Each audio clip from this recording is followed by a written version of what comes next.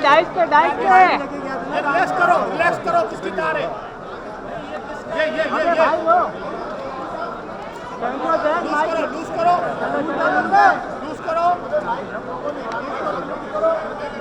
लोगो निकाल दो यार। भाई अंकल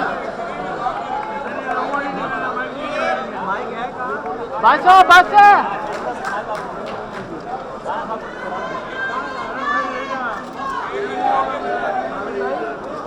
यार ये जैन भाई जैन बैठ जाओ यार बैठ जाओ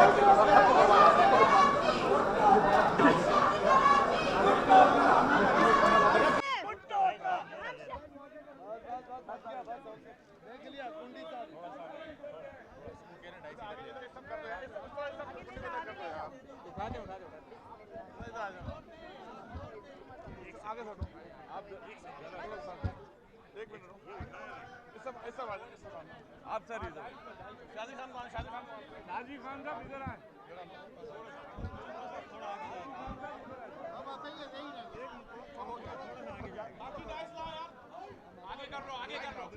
आगे कर लो और आगे कर लो ये शादी खान साहब को पीछे शादी साहब इधर आ जाए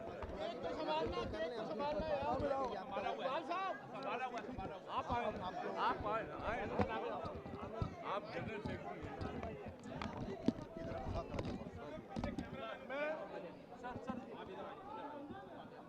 दोस्तों मैं गुजारिश करता हूँ थोड़ा आगे से हट जाएंगे मीडिया वाले प्रेस रिलीज ले सकें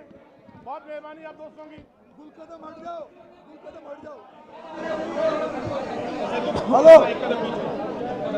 कदम पीछे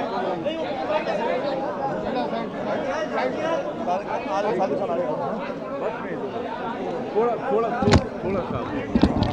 आगे हो जाओ या मैं इधर आ जाता हूँ आप इधर आए एक मिनट आप ऐसा नहीं शादी लंबा है पीछे जिए बुट्टू चलें जी चलें एक मिनट साहब बिस्मिल्लाह औज़ु बिल्लाहि मिनश शैतानिर रजीम बिस्मिल्लाहिर रहमानिर रहीम। आज मुझे सबसे ज़्यादा खुशी महसूस हो रही है कि आज मैं एशिया की सबसे बड़ी बार में यहाँ पर अपने पार्टी के चेयरमैन बिलावल भुट्टो जरदारी साहब की सालगिरह का केक अपने दोस्तों के हमरा काट रहे हैं। मैं अपनी तरफ से अपने खैबर पख्तूनख्वा की आवाम की तरफ से अपने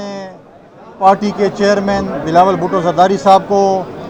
उनकी 34वीं सालगिरह पर मुबारकबाद पेश करता हूँ। आज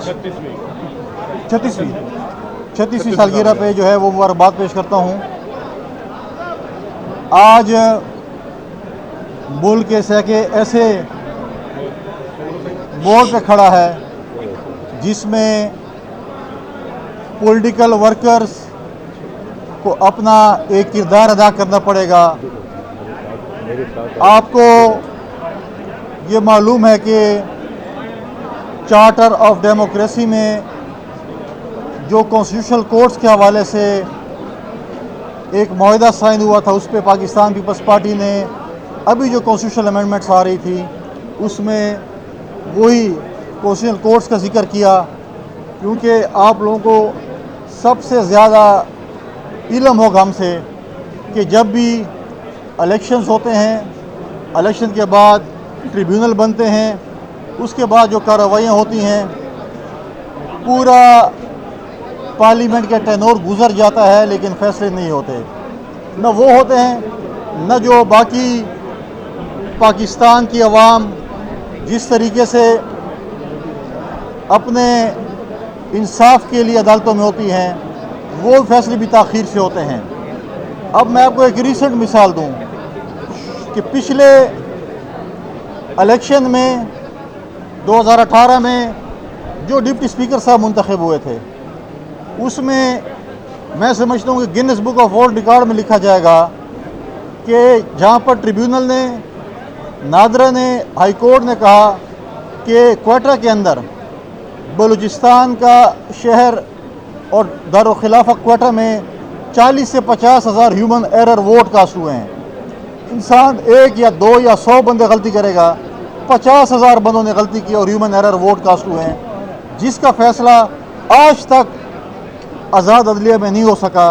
पार्लियामेंट भी ख़त्म हो गई, इलेक्शन भी हो गए, दूसरी पार्लियामेंट भी आ गई और आज तक सुप्रीम कोर्ट ने ये नहीं बताया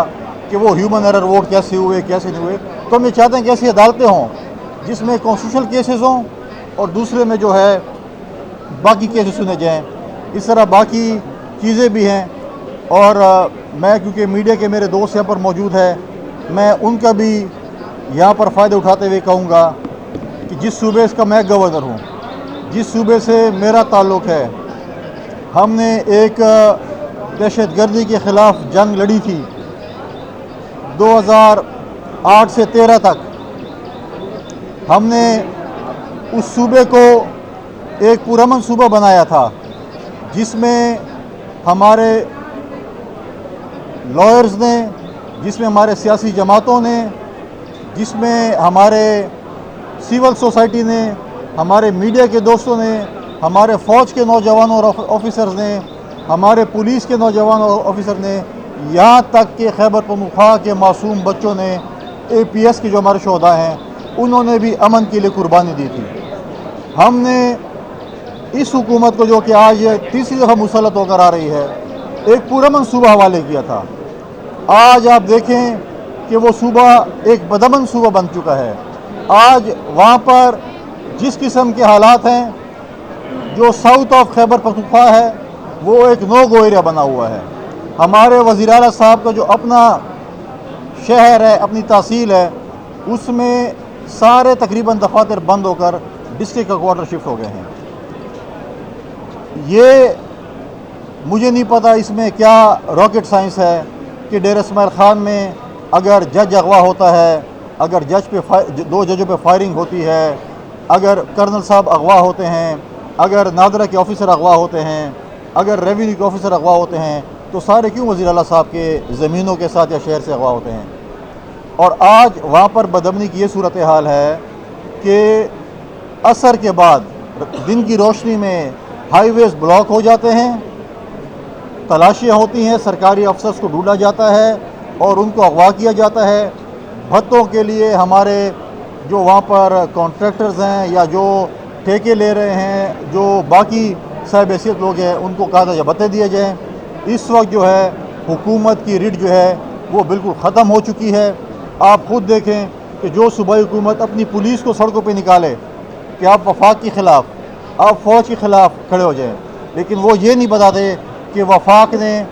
उस वक्त के प्रेसिडेंट आसिफ अली जरदारी साहब का जो हमारे सूबे पे एहसान था 1% of NFC award war on terror पे, उसके 600 अरब रुपए खैबर पख्तूनख्वा में आए हैं, वो कहाँ खर्च हुए हैं। आज हमारे पुलिस की तनख्वाहें कम हैं, आज उनके पास APC नहीं है, आज उनके पास लेबॉर्ट्री और गैजेट्स नहीं हैं, असला नहीं है। तो वो पैसे, जब मैं हमेशा कहता हूँ कि इनके करप्शन के नज़र हुआ, इनकी अयाशियों के नज़र हुआ और आज पुलिस बेसर व सामानी की हालत में वो जंग लड़ रही है। फिर हमारे वज़ीर आला उठते हैं कि मैं ख़ुद अफ़गानिस्तान से बात करूँगा, और फिर जब एक तकरीब होती है उसमें कौंसल जनरल जो अफ़गानिस्तान का है वो कौमी तराने पे, मेरे बहुत सी इख्तलाफ़ात के सियासी जमातों के साथ, लेकिन मेरा पाकिस्तान पे कोई इख्तलाफ नहीं है। जब वो मेरे पाकिस्तान के तराने की, पाकिस्तान की इज़्ज़त नहीं करता, मैं उसकी भी इज़्ज़त कम अज़ कम नहीं करूँगा। लेकिन CM की तकरीब में कौंसल जनरल का इस तरीके से बैठना और उसके बाद वही CM उस कौंसल जनरल को ऐसे डिफेंड कर रहा था कि शायद वो किसी अफ़गानिस्तान के सूबे का वज़ीर आला है, न कि पाकिस्तान का। लिहाजा ऐसी चीज़ें जो मुल्क के ख़िलाफ़ हों, हम तो पहले भी कहते थे जो भी इवेंट है, चाहे ये इवेंट हो, चाहे 9 मई हो, चाहे जो भी चीज़ें हों, हर वक्त हमारे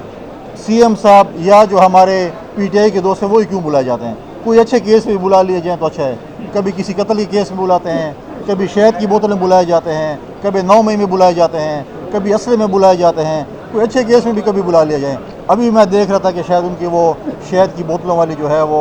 पेशी पे जो है उसको, तो लिहाजा मैं समझता हूँ कि ये पश्तूनों की रवायत नहीं है। मेरे साथ इस वक्त मेरे पार्टी के जनरल सेक्रेटरी खैबर पख्तूनख्वा के शाजी खान साहब खड़े हैं। पश्तूनों की रवायत नहीं है जो पिछले जलसे में जो तकारीर की गई, मैं महमूद खान अचकज़ई, जिसका मैं बहुत एहतराम करता हूँ, मैं उनसे सवाल करता हूँ कि आप उस स्टेज पे मौजूद थे, क्या आपका पश्तून कल्चर ये इजाज़त देता है कि आप ख़वातीन के ख़िलाफ़ या किसी ख़िलाफ़ ये नाज़ेबा अल्फाज इस्तेमाल करें? क्या ये पश्तून कल्चर है? क्या पश्तूनों की ये तरबियत होती है? आपकी मुजरिमाना खामोशी भी सवाल निशान है। जो अपने आप को पश्तून का सबसे बड़ा लीडर कहता है, आपने उस पर बात न करके एक मुजरिमाना खामोशी इख्तियार की है। या तो आप कह दें कि हमारे खुदा न खास्ता हमारी ये तरबियत है पश्तूनों की, आप एक मैसेज दे रहे हैं कि ये पश्तूनों की ऐसी तरबियत हो रही है, कम से कम हमारी ऐसी तरबियत नहीं है, शायद उनकी हो। मैं आप लोगों का दोबारा शुक्रिया अदा करता हूँ और इंशाअल्लाह ताला जो है आपसे मुलाकात भी हो, कोई सवाल होगा। अच्छा, आपने जो सवाल जो सूरत हाल बताई है वो तो